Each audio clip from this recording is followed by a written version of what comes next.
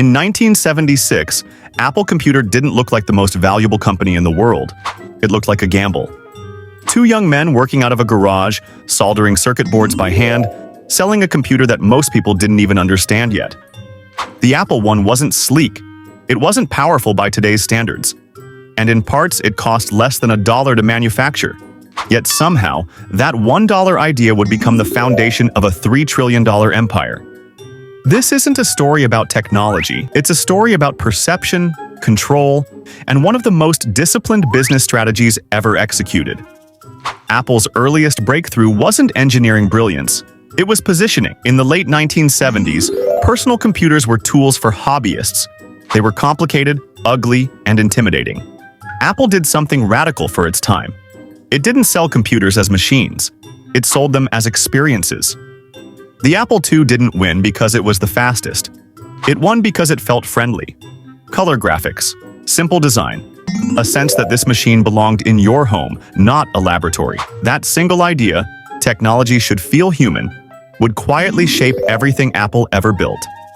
But Apple's real turning point didn't come from hardware. It came from control. Most tech companies licensed their software, outsourced their manufacturing, and chased short-term growth. Apple did the opposite. It insisted on owning the entire stack: hardware, software, design, and eventually, distribution. That decision slowed Apple down in the short term, but it gave them something no competitor could easily copy: absolute consistency. When Steve Jobs returned to Apple in 1997, the company was weeks from bankruptcy. The product line was bloated. The brand was confused. Apple wasn't special anymore. Jobs didn't try to fix everything. He cut almost everything. Dozens of products were eliminated. Entire divisions vanished overnight. Apple went from chaos to focus. 4 products, 1 philosophy, no compromises. That discipline became Apple's greatest weapon. Then came the iMac. Bright colors, clean lines, no floppy drive. Critics laughed, customers didn't. Because Apple wasn't asking users what they wanted. It was showing them what the future would look like and daring them to follow. That approach would define Apple's most profitable decisions. But the $1 product that truly changed everything wasn't a computer. It was a song. In 2001, Apple launched the iPod. At first glance, it was just another MP3 player. Expensive, limited storage compared to rivals, locked to Apple's ecosystem. Analysts called it overpriced. They missed the point. Apple wasn't selling hardware. It was selling simplicity. One scroll wheel, one cable. One seamless connection between music, software, and device. Then Apple did something even smarter. It turned digital music into a micropayment economy. Songs that once felt disposable now had a clear price: 99 cents. Cheap enough to feel insignificant, expensive enough to scale. That pricing logic, small amounts, massive volume, would become the blueprint for Apple's empire.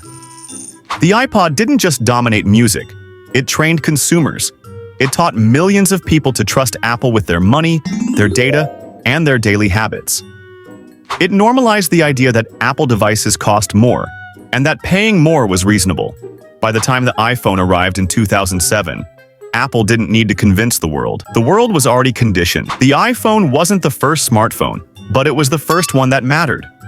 Apple didn't win because of specs. It won because it controlled the experience from the moment you touched the screen to the moment you upgraded. Every app, every animation, every restriction. Nothing was accidental. Even the App Store followed the same logic as the iTunes Store.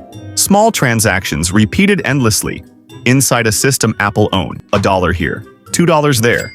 Individually meaningless. Together, unstoppable. And this is where Apple's genius becomes clear. The company never chased cheap products. It chased cheap decisions. Decisions that felt small to the customer, but compounded into trillions over time. Hardware margins, software lock-in, services layered on top of devices people already owned. Each product fed the next, each dollar reinforced the ecosystem. By the time competitors tried to copy Apple's strategy, it was too late. The moat was already built. Apple's greatest strength has never been innovation alone. It's been retention. Once Apple gets a customer, it rarely lets go. The real money now came from what happened after the purchase. Services quietly moved to the center of the business. Apple Music, iCloud, the App Store, Apple Pay, Apple TV Plus, Fitness Plus, News Plus. Individually, none of these looked revolutionary. Together, they transformed Apple from a product company into a financial machine. Services revenue didn't depend on new devices. It depended on loyalty. And Apple had the most loyal customers in the world. This is where the $1 strategy reveals its full power. Apple understood something most companies never grasp. People resist big costs, but they ignore small ones. A phone upgrade every few years feels painful. A 99-cent charge barely registers. A $2.99 subscription feels harmless. A $9.99 service feels justified. Apple stacked these micro-decisions on top of each other until customers were spending hundreds of dollars a year without ever feeling like they were spending at all. And Apple took a cut of almost everything.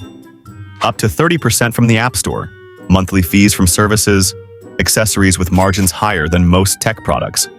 Even repairs flowed back into the system. Every dollar circulated inside Apple's walls. Critics often argue that Apple products are overpriced. Apple doesn't disagree. That's the point. Premium pricing isn't about cost.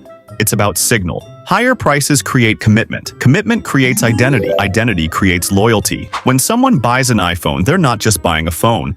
They're buying into a standard, a design language, a lifestyle that says, this is how things should work. That emotional attachment is priceless. And Apple protects it aggressively. The ecosystem is designed to feel seamless until you try to leave. Messages turn green. Accessories stop working. Files don't sync the same way. Features quietly disappear. None of it is dramatic, but all of it is friction. Apple doesn't trap users with force. It traps them with convenience. Leaving feels like downgrade. Staying feels normal. Then came Apple Silicon. In one move, Apple broke free from Intel, cut costs, improved performance, and tightened control over its devices even further. Macs became faster. Batteries lasted longer. Software ran smoother. But more importantly, Apple reduced dependency. Vertical integration, once considered risky, became Apple's greatest advantage. While competitors scrambled through supply chain disruptions, Apple absorbed the shock. While others fought margins, Apple expanded them. By 2022, Apple crossed a line no company had ever crossed before. A $3 trillion valuation, not from one product, not from one breakthrough, but from decades of discipline. Apple never chased trends. It shaped habits. It never sold cheap devices. It sold cheap decisions. It didn't win by being first. It won by being consistent. That's why Apple doesn't panic during market crashes. It doesn't overreact to competition. It doesn't chase every new technology, because Apple isn't playing the same game. It's playing the long game. And that's the lesson most people miss. Apple's success wasn't built on genius moments. It was built on systems. Systems that reward patience. Systems that scale quietly. Systems where a dollar doesn't need to be impressive. It just needs to repeat, over and over, until the numbers become impossible to ignore. Apple didn't turn a $1 product into a $3 trillion empire overnight. It did it by understanding human behavior better than anyone else, by making spending feel effortless, by turning technology into habit, and by ensuring that once you entered its world, there was very little reason to leave. If you want to understand the future of business, you don't need to look at what Apple is building next. You need to look at what it's already mastered. If you enjoyed this breakdown and want more deep dives into the strategies behind the world's most powerful companies, make sure to like the video, subscribe to the channel, and turn on notifications so you don't miss the next one. Because the most valuable lessons in business aren't loud. They're quietly compounding.